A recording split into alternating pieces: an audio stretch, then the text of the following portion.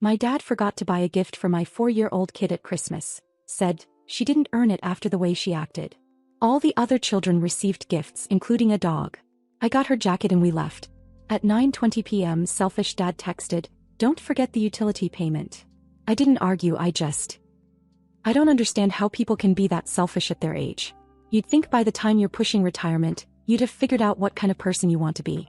But this Christmas made it really clear to me, some people just never get there. We pulled up to my parents' place on Christmas Eve just after 5. The driveway was full, music was pouring out the windows, and from the outside it looked like a normal warm holiday night. Inside it was like a commercial. My sister's kids were already in the middle of unwrapping a mountain of presents. There were new tablets, video games, Bluetooth headphones, and even a tiny puppy wrapped in a red bow. I'm not kidding. They actually got a dog. My brother-in-law had it waiting in a crate in the garage as a surprise. Everyone was clapping and laughing and filming on their phones like it was a Hallmark movie. I had Savannah in my arms. She's 4. She was holding this picture she'd been working on for days. She's been really into drawing lately. Stick figures, lots of color, little hearts floating above everyone's heads. This one was a Christmas drawing of the whole family standing around a tree with the words, "Happy Together," scribbled across the top. It was sweet. It was simple. It was something a 4-year-old would be proud of. She gave it to my dad as soon as we walked in. He looked at it for maybe 2 seconds, mumbled something like, "Thanks," and walked off to refill his drink. My mom just smiled, that tight smile she uses when she's pretending to be warm. Savannah looked confused for a second, then distracted herself watching her cousins tear through boxes. I figured they were just busy. That maybe her presents were in another room. I even told her quietly that maybe Santa had saved hers for the end. But then the gift opening started. One by one names were called. My sister's kids, one after another. My sister herself got a new purse. My brother-in-law got an expensive smartwatch. Even my mom and dad exchanged gifts with each other. The dog got a bone wrapped in shiny paper. Savannah? Nothing. No name called. No box. No stocking.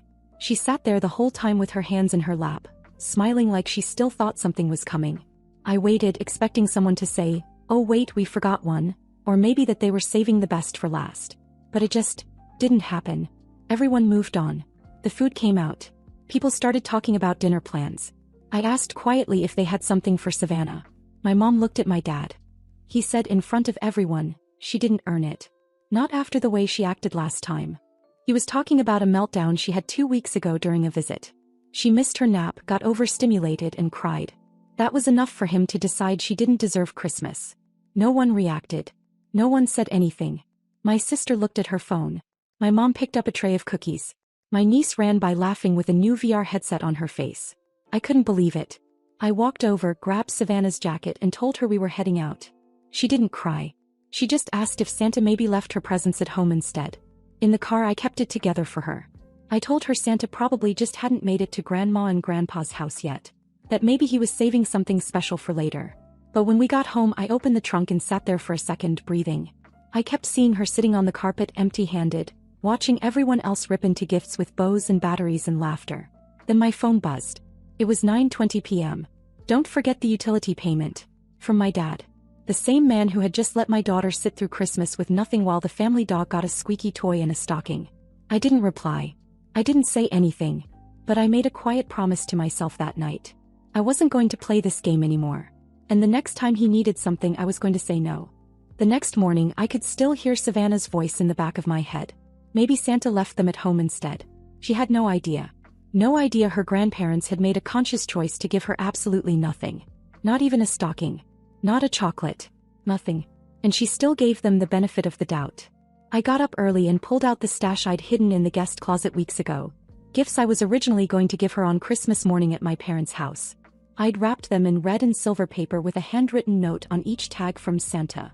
There were crayons, puzzles, 2 picture books, a winter jacket with glittery snowflakes, and a set of animal puppets she'd pointed at during a trip to Target. I didn't go overboard. Just enough to make her feel like someone out there remembered her. When she saw the presents under our little tree, she gasped so loud I thought she was about to cry. I told her Santa must have dropped them off late last night, maybe while she was sleeping. She nodded like it made perfect sense. That kind of belief, where everything's still possible, is something I don't want anyone taking from her. Ever. Around 10 my phone buzzed. I didn't even have to look. I knew it was him. Sure enough, it was my dad. "Can you come by and help me fix the shed door? Blew off in the wind last night." I stared at the message for a while. Didn't make me angry, just tired. The shed was part of the second house. My house, where they'd been living rent-free for the past 3 years.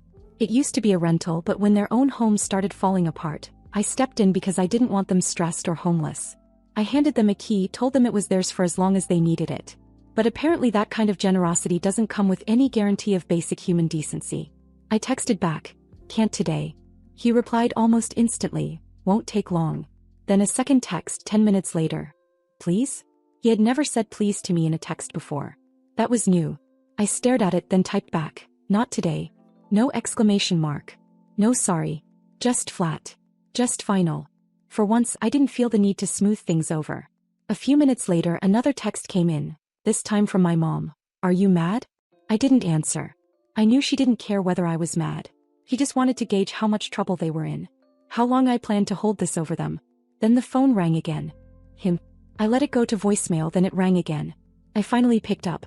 He said he was standing outside in the cold trying to hold the shed door in place, and it would only take 20 minutes if I just came by. He even added that the wind might ruin the whole frame if it didn't get fixed soon. I said no.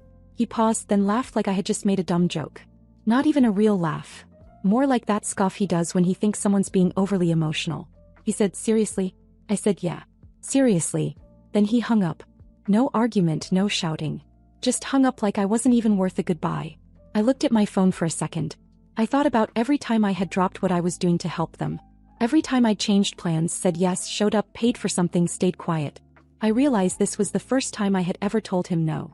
Not because I couldn't, because I didn't want to. The rest of the day was calm.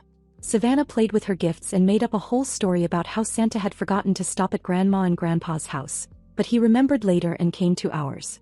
She built a little stage out of couch cushions and acted the whole thing out with puppets. I just watched her and smiled. Then around noon the next day I saw his car slow roll past our house. Then again 20 minutes later. I knew what was coming. He showed up on the porch around 1 p.m. No call. No warning. Just standing there like nothing had happened. But he didn't ask to come in. Didn't even look at me. He looked right past me and asked if Savannah was home. And that's when I knew he hadn't come to apologize. He came for something else. The knock on the door came just after lunch the next day. I wasn't expecting anyone. I looked out the front window and saw him standing there with his hands in his pockets, like this was just any other day. He didn't call first. Didn't text. Just showed up. I opened the door only a little. Just enough for him to know I saw him, and I wasn't planning on being polite. He didn't ask how we were. He didn't apologize. He didn't even pretend. He just asked if Savannah was home. Asked why. He said he just wanted to talk to her. That it wouldn't take long. That she needed to hear something from him. I said no. He said, "Come on, Sheila, it's not a big deal." No again. He took a step forward. I didn't move. Just held the door exactly where it was. He looked past me again and said her name like he thought she'd come running. And for some reason, maybe out of habit, maybe because I wanted to believe he came to make it right, I called to her. She came to the doorway still in her Christmas pajamas, holding one of her new puppets. When she saw him, her face lit up. She waved and said hi, and it broke my heart how easy it was for her to forget everything they didn't do for her. She told him Santa came late but brought her presents at our house. She told him how she got crayons and books and her favorite snowflake jacket. She even offered to show him the fort we built out of couch cushions. He crouched down a little and smiled, not kindly, not warmly. Just this faint, crooked smirk. Then he said, "You know why Santa didn't bring you anything to Grandma and Grandpa's, right?" She stopped. "Because you were bad. That's why. Santa skips bad kids. Everybody knows that." I saw the smile leave her face. Her hands dropped to her sides. She didn't say a word. He added, "Maybe next year if you behave you'll get something. But not this year." And then he looked up at me like he just delivered a life lesson. Like he was proud of himself. Savannah turned and walked back inside. The puppet dropped behind her. I didn't say a thing. Just stood there staring at him. Then I told him to leave. He looked surprised like he thought he'd done something noble. He said, "Sheila, don't overreact. She needs to toughen up. The world's not going to." I cut him off. I told him not to come back. Not to call. Not to text. I told him this wasn't temporary. That whatever idea he had about our relationship was over. I told him I didn't care what he needed, what was broken, what was falling apart. He was done here. He shook his head and muttered, "That girl's going to grow up weak." I closed the door. Savannah was sitting by the couch with the puppet in her lap, not playing. Just quiet. I sat down next to her and asked what was wrong. She said, "I think Santa forgot me because I was bad." It took everything in me not to break right there. I told her that Santa did leave her gifts at Grandma and Grandpa's, but they forgot to give them to her. That they'd made a mistake. That Santa had actually brought something from everyone, even from Grandpa. And that maybe they'd show up at our house soon. She looked up hopeful. Really? Yes, I said. Really? That night I drove across town. Picked up a few more toys. A pair of glittery earmuffs. A snow globe with a ballerina inside. Some socks with cartoon cats on them. I wrapped them at midnight, labeled the tags with messy handwriting from Santa, Grandma, and Grandpa. The next morning they were waiting on the doorstep when she woke up. She screamed. Not a sad scream.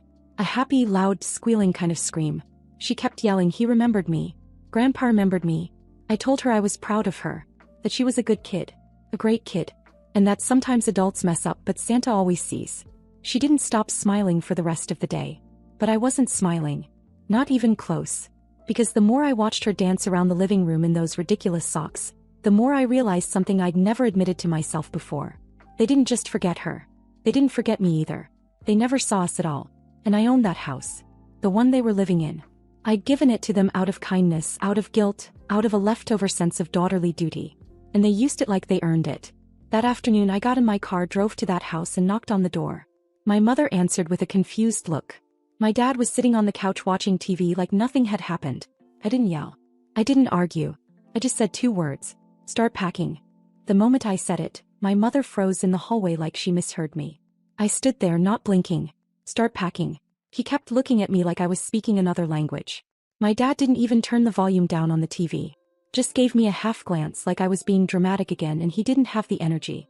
That's what always got me about him. He acted like he was above everything, even his own actions. I stepped further inside, past the old coat rack I bought back when I was 26 and naive enough to think buying your parents' furniture would somehow make them love you more.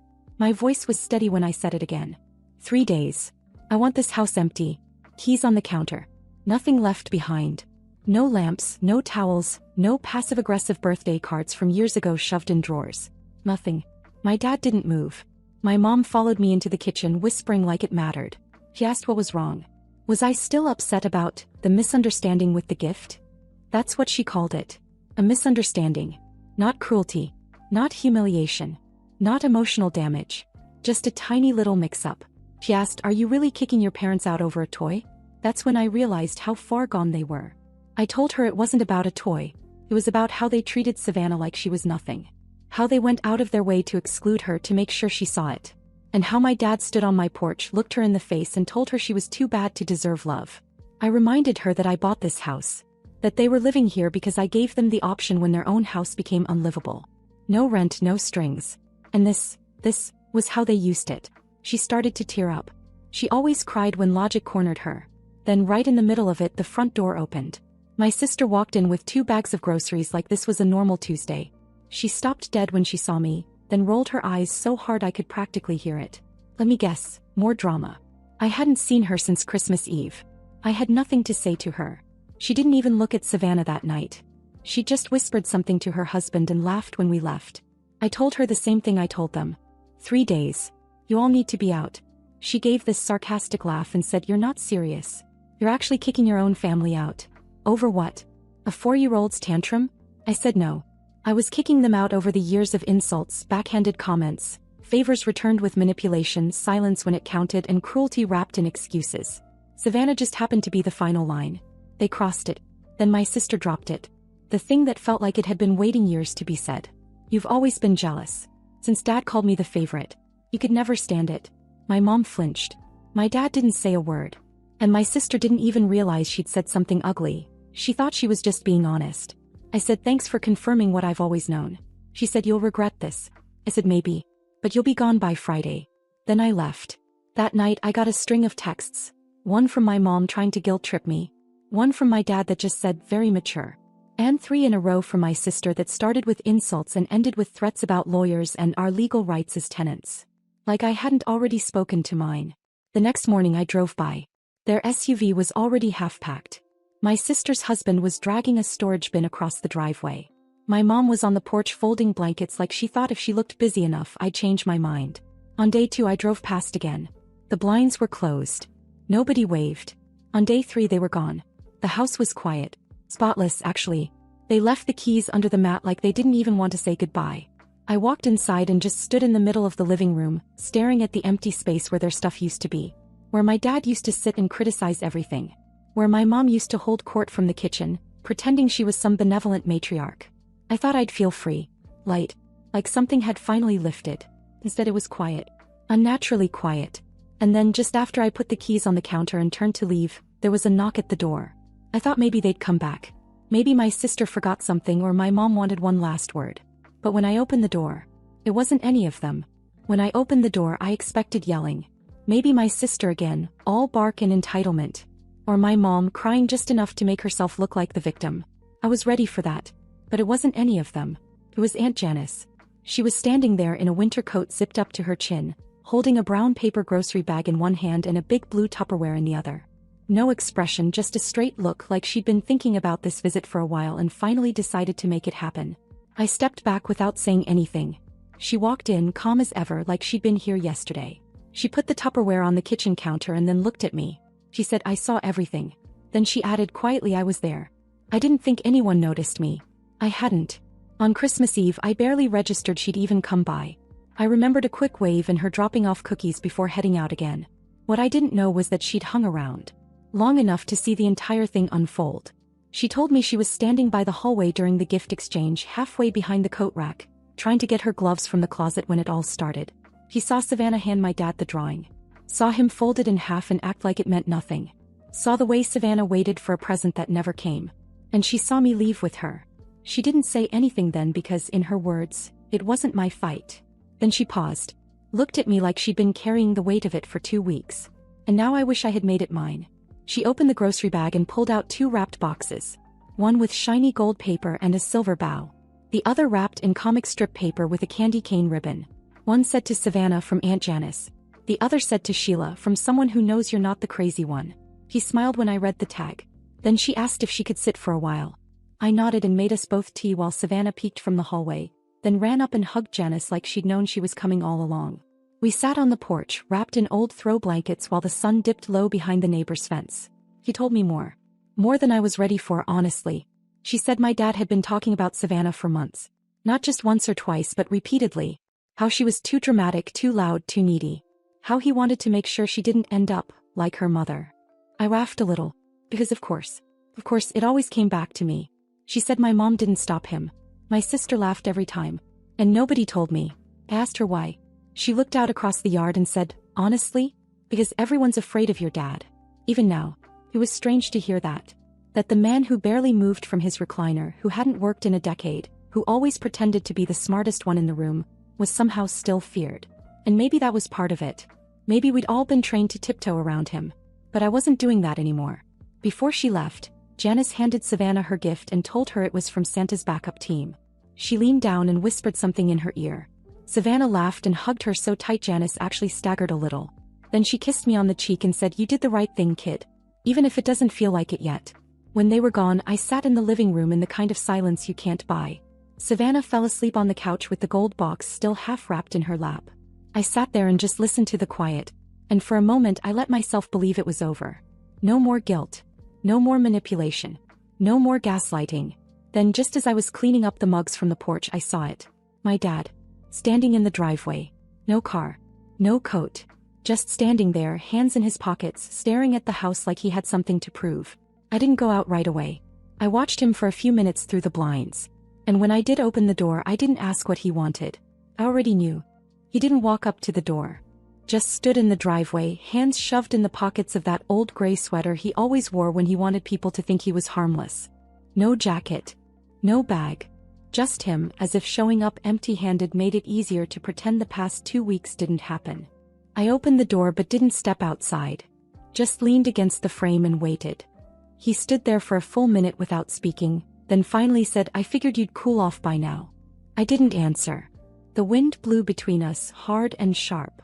He barely blinked. He stepped forward once, maybe 2 steps closer, and stopped again. "I'm here to talk," he said, like we were equals meeting halfway on a disagreement instead of a father who had deliberately humiliated a child. He still wasn't going to apologize. I saw it on his face. He was here to manage things. To pull strings the way he always had, twisting words, rewriting the facts until I was somehow the over-emotional one. He started with the house. Said he'd taken good care of it. That he'd spent time keeping it up.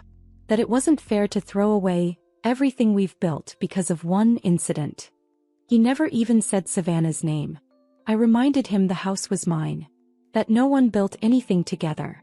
I handed them the keys out of generosity, and they used that as leverage until they couldn't anymore. He still wouldn't stop. Said, "You're really going to destroy the family over a 4-year-old's outburst?" That's when I said it. She didn't have an outburst. She had feelings. And you punished her for them. He scoffed. She's 4, Sheila. She won't even remember it. I stepped out then, finally, just far enough to look him in the eye. She'll remember feeling unwanted. And I'll remember everything. That stopped him for a second. His mouth opened like he was about to argue, but nothing came out. Then he tried to pivot. "This is about you. It's always been about you. You're still bitter I never." I cut him off. "You made my daughter cry for no reason. You stood in front of her and told her she was too bad to be loved. You burned her drawing. You invited every single person to celebrate Christmas around her like she wasn't even there. Then you came back to finish the job on my porch." He blinked hard. Looked down for a second like he needed to reset. Then said, "You've always been dramatic. This is what you wanted, isn't it?" I told him the truth. I didn't want this. I wanted a dad. I wanted a mom. I wanted a sister who didn't take cheap shots and then hide behind the word family when things fell apart. I wanted someone to protect Savannah when I couldn't. Someone to sit beside her on Christmas morning and say, "You matter." Said I got silence. And then I said it. "You are not welcome here. Not now. Not ever again." He opened his mouth like he still had something clever to say. But I think he saw in my face that I was done playing the game. There wasn't a single door left open. No loophole. No guilt he could tap into. He turned and walked away. No words. No fight. Just a quiet, stubborn walk down the driveway like nothing had changed, but everything had. I watched him until he disappeared around the corner. Then I went back inside, locked the door, and sat down on the floor beside it. I didn't cry. I didn't feel proud either. I just felt finished. Later that night, Savannah crawled into my lap with one of the little snow globes Janice gave her. We shook it together, watched the glitter fall, and she said, "Santa knew I was good, right?" I said, "He always knew." And so did I. That night, I posted a short message online. Nothing dramatic. Just a quiet thank you to the people who'd shown kindness when we needed it. A neighbor dropped off a small gift bag the next day. A stuffed polar bear and a note that said, "For the girl who deserved better." More followed. One of the moms from preschool brought cookies. Another dropped off a card that simply said, "We saw." Remember. My aunt came by again later that week.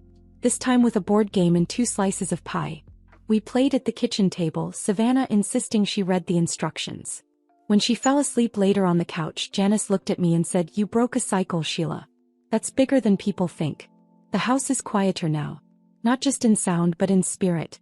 And for the first time in a long, long time, the quiet actually feels good."